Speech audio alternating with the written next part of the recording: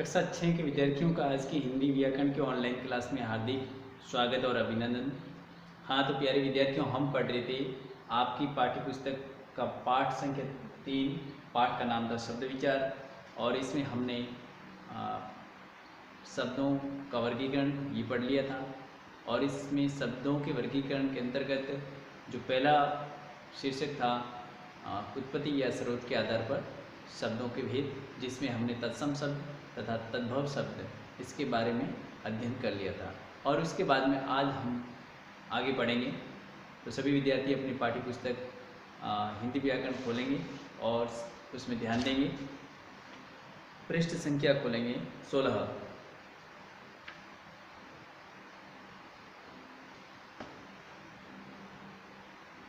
हाँ, तो इसमें उत्पत्ति या स्रोत के आधार पर क तत्सम शब्द ये पढ़ लिया था, ख तद्भव शब्द ये भी पढ़ लिया था।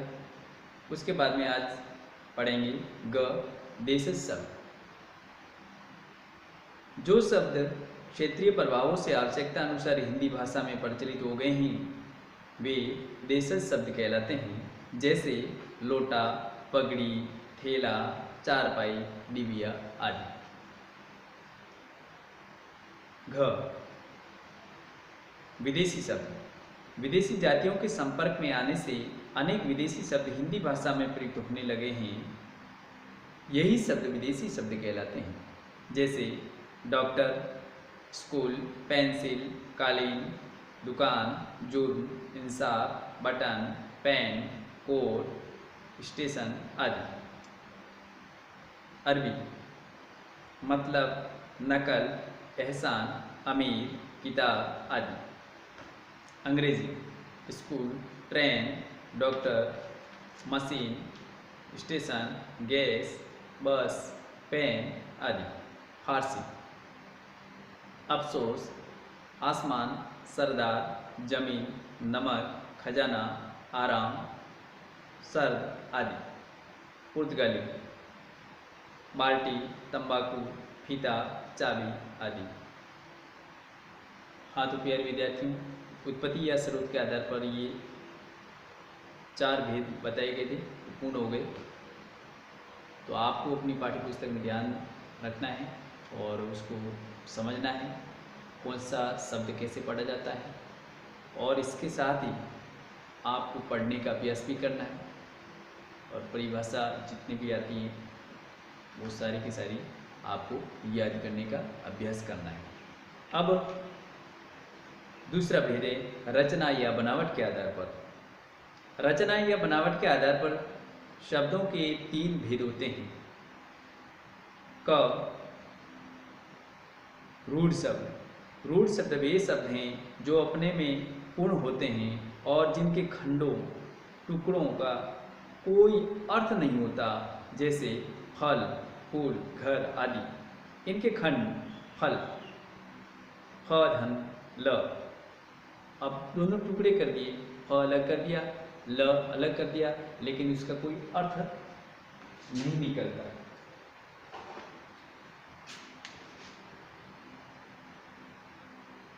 ये फल शब्द हैं, इनके अगर हम खंड करें फ धन ल, दोनों को अलग किया तो इसका कोई अर्थ नहीं निकला, यानी केवल फल शब्द के लिए ही ये प्रयुक्त किया जाता है। फिर आगे देखेंगे फूल, फू धन ल, घर, घ धन र का कोई अर्थ नहीं। ख यौगिक शब्द। यौगिक शब्द वे शब्द हैं जो सार्थक शब्दों के योग से बने होते हैं और जिनके प्रत्येक खंड का अपना अलग अर्थ होता है, जैसे विद्यालय, विद्या धन आलय।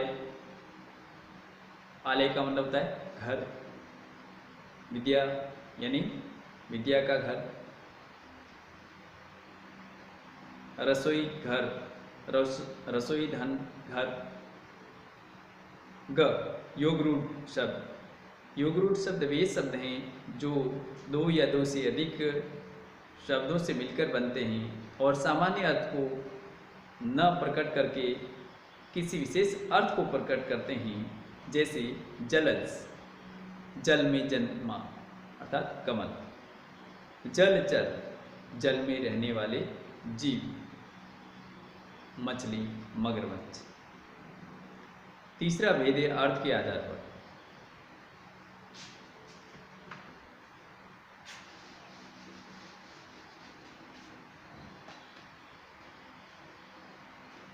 अर्थ के आधार पर शब्दों के दो भेद होते हैं।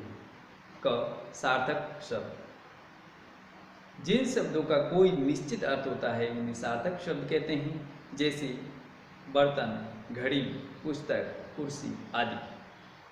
सार्थक शब्दों के चार भेद होते हैं। पहला एकार्थक शब्द, वे शब्द जो केवल एक अर्थ देते हैं एकार्थक शब्द कहलाते हैं, जैसे कुर्सी, रोटी, नल आदि। अनेकार्थ, दूसरा है अनेकार्थ शब्द, वे शब्द जो एक से अधिक अर्थ देते हैं अनेकार्थ शब्द कहलाते हैं, जैसे पत्र, पत्ता, चिट्ठी। कल, पिछला दिन, अगला दिन, आराम, मशीन का पुर्जा। 3 समानार्थक शब्द, वे शब्द जिनका अर्थ समान होता है पर्यायवाची या समानार्थक शब्द कहलाते हैं, जैसे माँ, अम्बा, माता, जननी, जल, पानी, नील, अम्बु, पेय। 4 विपरीतार्थक शब्द, वे शब्द जो एक दूसरे का उल्टा या विपरीत अर्थ देते हैं विपरीतार्थक शब्द कहलाते हैं। इन्हें विलोम शब्द भी कहा जाता है, जैसे अंधकार, प्रकाश। अंधकार का विलोम शब्द क्या है? प्रकाश। धीरे, तेज, उचित, अनुचित, एक, अनेक। ख निरर्थक शब्द, जिन वर्ड, क्षमा करें, आपको इसमें जो दिया हुआ है याद रखिए, ये भी पढ़ना है और समझना है। याद रखिए, जिस प्रकार का शब्द हो उसके लिए उसी प्रकार के विलोम शब्द का प्रयोग किया जाता है। अर्थात तत्सम शब्द का विलोम तत्सम और तद्भव शब्द का विलोम तद्भव होगा। जैसे प्राचीन, नवीन, पुराना, नया। ख निरर्थक शब्द, जिन वर्ण समूहों का कोई अर्थ नहीं होता उन्हें निरर्थक शब्द कहते हैं, जैसे बोटमा, टमर, वोटी आदि। 4 प्रयोग के आधार पर, प्रयोग के आधार पर शब्दों के दो भेद होते हैं। क विकारी शब्द, लिंग, वचन, कारक, काल आदि के कारण जिन शब्दों के रूप में परिवर्तन हो जाता है उन्हें विकारी शब्द कहते हैं। ये 4 प्रकार के हैं। संज्ञा, लड़का, लड़की, लड़कों। सर्वनाम, मैं, मैंने, मुझे, मुझको, मुझसे। विशेषण, अच्छा, अच्छी, अच्छे। क्रिया, जा, जाना, जाए, जाओ, गया, जाएगा। ख अविकारी शब्द, लिंग, वचन, कारक, काल आदि के कारण जिन शब्दों के रूप में कोई परिवर्तन नहीं होता है उन्हें अविकारी शब्द कहते हैं। ये भी 4 प्रकार के हैं। क्रिया विशेषण, जल्दी, तेज, झटपट, सुबह। संबंध बोधक, के पहले, के बाद, के पास, के पीछे।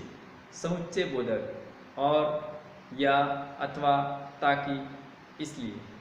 विस्मयादि बोधक, हे, अरे, शाबाश, वाह। तो प्यारे विद्यार्थियों, ये आपका तीसरा पाठ पूरा हो चुका है। अब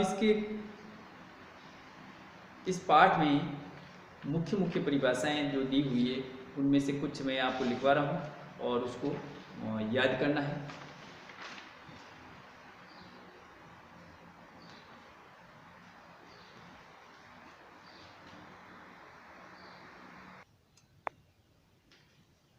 हाँ तो देखिए प्यारे विद्यार्थियों, इससे पहले आपको तत्सम शब्द और तद्भव शब्द की परिभाषा लिखवा दी थी, और उसके बाद में है आज जो लिखवाने के लिए मैं कह रहा था। तो देखिए, उत्पत्ति या स्रोत के आधार पर तीसरा भेद ग देशज शब्द, जो शब्द क्षेत्रीय प्रभावों से आवश्यकता अनुसार हिंदी भाषा में प्रचलित हो गए हैं वे देशज शब्द कहलाते हैं, जैसे लोटा, पगड़ी, थैला आदि। घ विदेशी शब्द, विदेशी जातियों के संपर्क में आने से अनेक विदेशी शब्द हिंदी भाषा में प्रयुक्त होने लगे हैं, यही शब्द विदेशी शब्द कहलाते हैं, जैसे डॉक्टर, स्कूल, जुर्म, इंसाफ, अफसोस आदि। फिर उसके बाद में है दूसरा भेद रचना या बनावट के आधार पर। ये आपको सारांश रूप में याद रखना है और परिभाषा भी आपको याद करनी है। आपकी पाठ्य पुस्तक में दी हुई है, उसमें से देख करके आप याद करेंगे। और यदि आपके पास पाठ्य पुस्तक नहीं है तो ये जो वीडियो आज बनाया गया है, इस वीडियो को आप देखें, समझें। हाँ तो देखिए, दूसरा रचना या बनावट के आधार पर शब्दों के कितने भेद होते हैं? 3 भेद होते हैं। तो क रूढ़ शब्द, ख यौगिक शब्द, ग योग रूढ़ शब्द। यानी रचना या बनावट के आधार पर शब्दों के कितने भेद होते हैं? 3। पहला कौन सा है? रूढ़ शब्द, दूसरा यौगिक शब्द और तीसरा है योग रूढ़ शब्द। उसके बाद में हम बात करते हैं तीसरा शब्दों का वर्गीकरण जो किया गया है। तीसरा है अर्थ के आधार पर। अर्थ के आधार पर शब्दों के 2 भेद होते हैं, क सार्थक शब्द, ख निरर्थक शब्द। इनके बारे में हम पढ़ चुके हैं। उसके बाद में चौथा है प्रयोग के आधार पर। प्रयोग के आधार पर शब्दों के 2 भेद होते हैं, क विकारी शब्द, ख अविकारी शब्द। इस प्रकार से आपका ये पाठ पूरा हो चुका है। और अब बात करते हैं हम प्रश्नोत्तर की।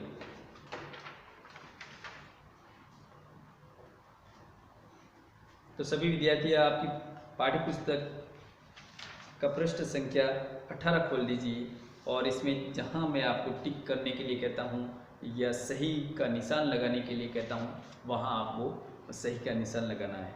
तो देखिए, क प्रश्न संख्या का सही विकल्प पर सही का निशान, सही का चिन्ह लगाइए। प्रश्न संख्या पहला, वर्णों के सार्थक मेल को कहते हैं। तो इसका पहला विकल्प शब्द, दूसरा वाक्य, तीसरा भाषा। तो इसका जो सही उत्तर है वह है शब्द। तो शब्द के आगे वाला जो कॉलम दिया हुआ है, बॉक्स दिया हुआ है, उस पर आप सही का निशान लगाएंगे। इसके बाद में दूसरा प्रश्न, शब्दों का वर्गीकरण कितने आधारों पर किया गया है?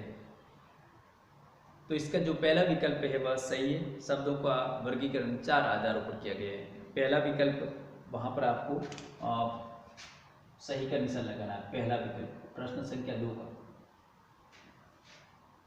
उसके बाद में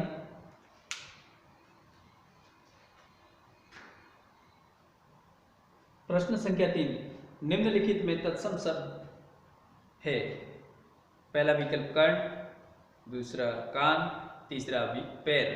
तो इसमें तत्सम शब्द है पहला विकल्प कर्ण। कर्ण है वो तत्सम शब्द है। तो पहला विकल्प प्रश्न संख्या 3 का पहला विकल्प है वह सही है, और उस पर आपको सही का निशान लगाना है। उसके बाद में अगला है प्रश्न संख्या 4, निम्नलिखित में सार्थक शब्द है। जब पहला विकल्प है कमल, दूसरा कलम, तीसरा विकल्प है पहला व दूसरा दोनों। तो इसमें आपको तीसरा विकल्प है वह, उस पर सही का निशान लगाएंगे। प्रश्न संख्या 4 का तीसरा विकल्प है, उस पर आप सही का निशान लगाएंगे। इसके बाद में प्रश्न संख्या 5, निम्नलिखित में विदेशी शब्द है। पहला विकल्प आन, दूसरा विकल्प टीचर, तीसरा विकल्प है ग्राम। तो दूसरा विकल्प टीचर, टीचर है वह सही उत्तर है इसका। पांचवे का दूसरा विकल्प, उस पर सही का निशान लगाएंगे। प्रश्न संख्या 6, निम्नलिखित में योग रूढ़ शब्द है। पहला विकल्प दशानन, दूसरा लंबोदर, तीसरा विकल्प है पहला व दूसरा दोनों। तो इसमें छठे में भी तीसरा विकल्प है वह सही है, तो आपको तीसरे विकल्प पर सही का निशान लगाना है। तो प्रश्न संख्या क हो गया। इसके बाद में अगला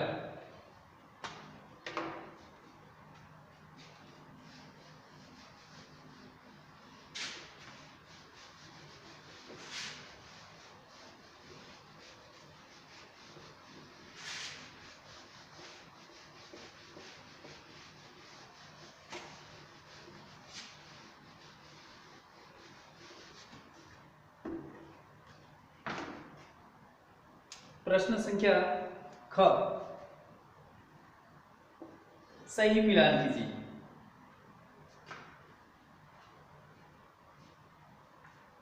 इसमें दिया हुआ है पहला विकल्प नासिका, दूसरा है पाद,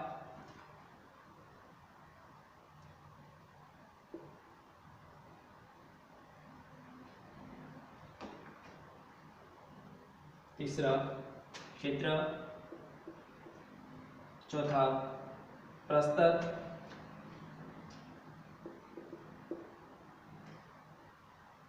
पांचवा वृत्त, छठा है विधि। और यहाँ पर ये विकल्प दिए हुए हैं, पहला, दूसरा, तीसरा, चौथा, पांचवा, छठा। पहला विकल्प पत्थर, दूसरा है बूढ़ा,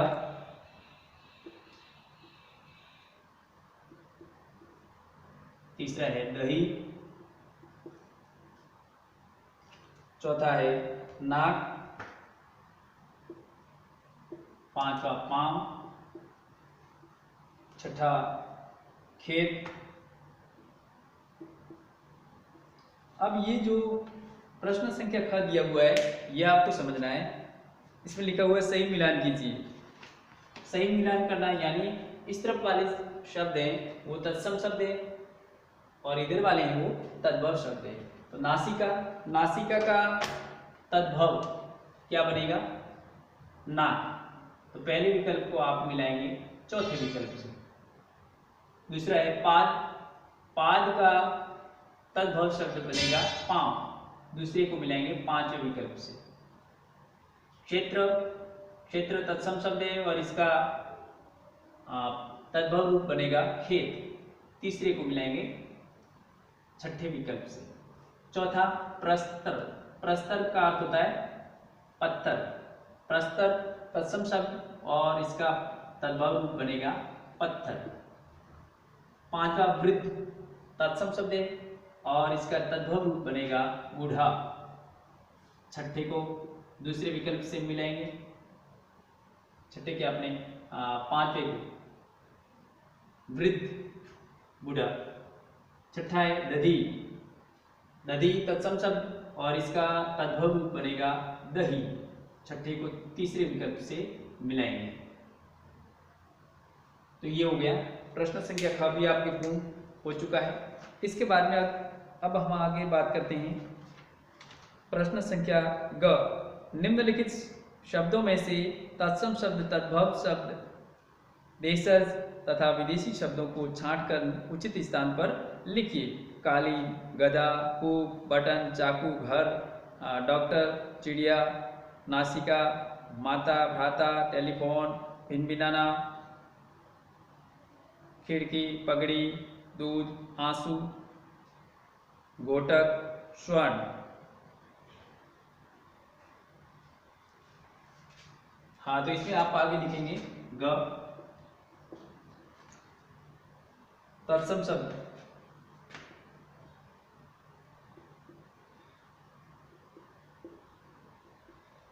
तत्सम शब्द में आपको लिखना है, इनमें से ये जो शब्द बताए हुए इनमें से चुन करके लिखना है। पूप, भ्राता, नासिका। आप लिखते जाएंगे अपनी पाठ्य पुस्तक में, जहां पर खाली जगह दी हुई है वहां पर। घोटक, स्वर्ण, उसके बाद में है तद्भव शब्द, तद्भव शब्द।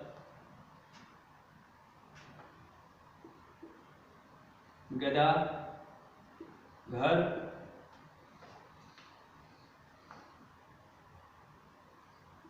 चाकू, दूध,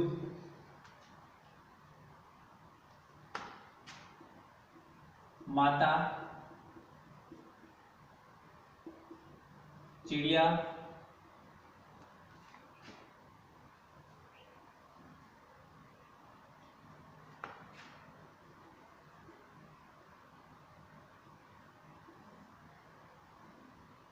भिनाना,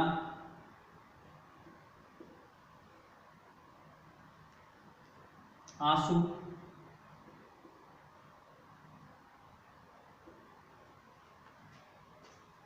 उसके बाद में है देशज शब्द।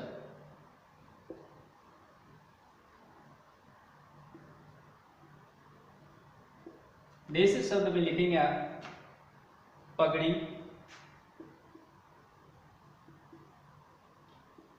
खिड़की,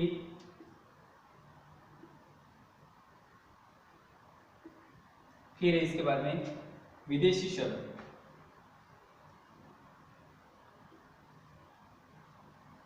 विदेशी शब्द में लिखेंगे कालीन, बटन, टेलीफोन,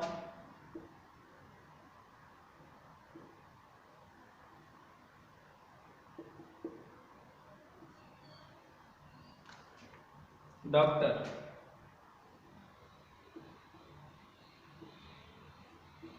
तो ये इस प्रकार से आपका ये प्रश्न संख्या ख वाला भी पूर्ण हो चुका है। इसके बाद में प्रश्न संख्या घ, निम्नलिखित शब्दों में से रूढ़, यौगिक और योग रूढ़ शब्दों को छांटकर अलग अलग लिखिए। तो ये आपको प्रश्न संख्या घ करना है।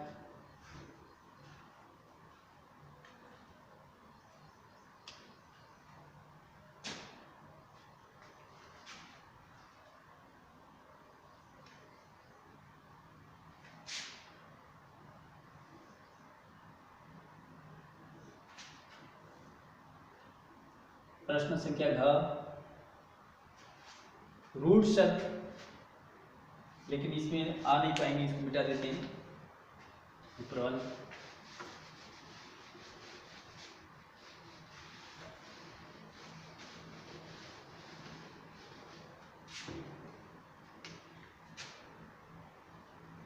घ,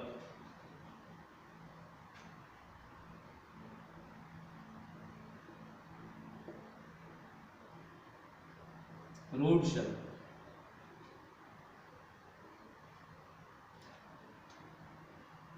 यौगिक शब्द,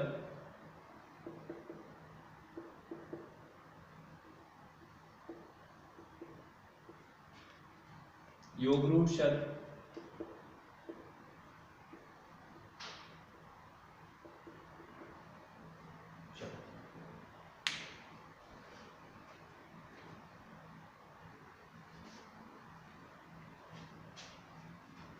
हाँ तो देखिए इसमें प्रश्न संख्या घ देखिए, निम्नलिखित शब्दों में से रूढ़, यौगिक और योगरूढ़ शब्दों को छांटकर अलग अलग लिखिए। रुई, अनपढ़, गोपाल, लंबोदर, देशभक्ति, सूर्य, चतुर्भुज, चिड़िया, तारा, देवदूत, नीलकंठ, शीशमय। तो रूढ़ शब्द हैं रुई, सूर्य, चिड़िया, ये आपको लिखना है, तारा। यौगिक शब्द, इसमें आप लिखेंगे अनपढ़, देशभक्ति,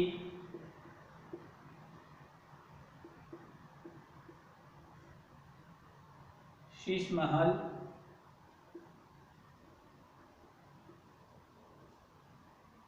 देवदूत। उसके बाद में अगला है योग रूढ़ शब्द, नीलकंठ,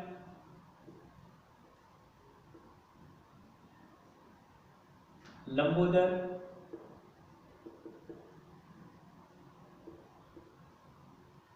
चतुर्भुज,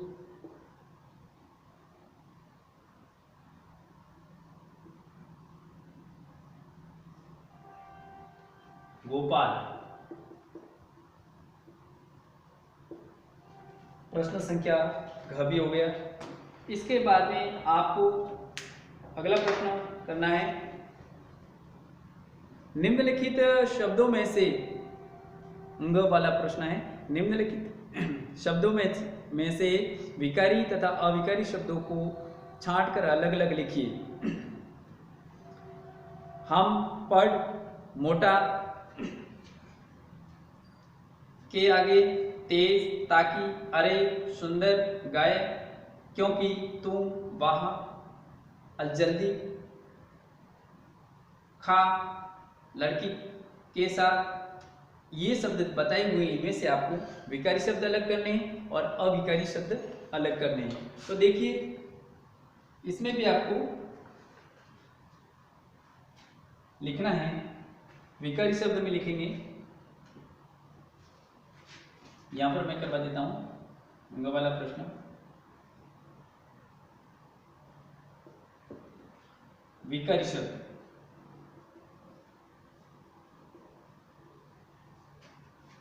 अविकारी शब्द,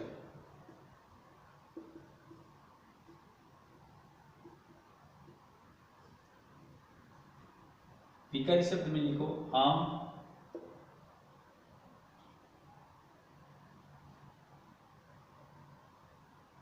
पढ़,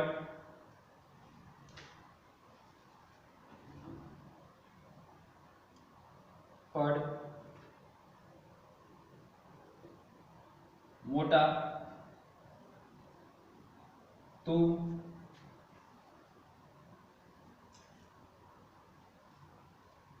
सुंदर, खा, गाय। ये विकारी शब्द है। अब अविकारी शब्द में लिखेंगे आप के आगे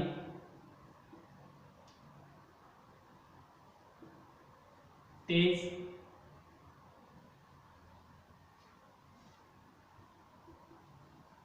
ताकि, अरे, क्योंकि,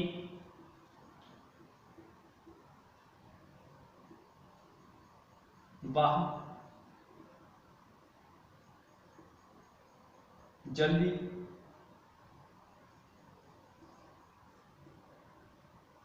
के साथ।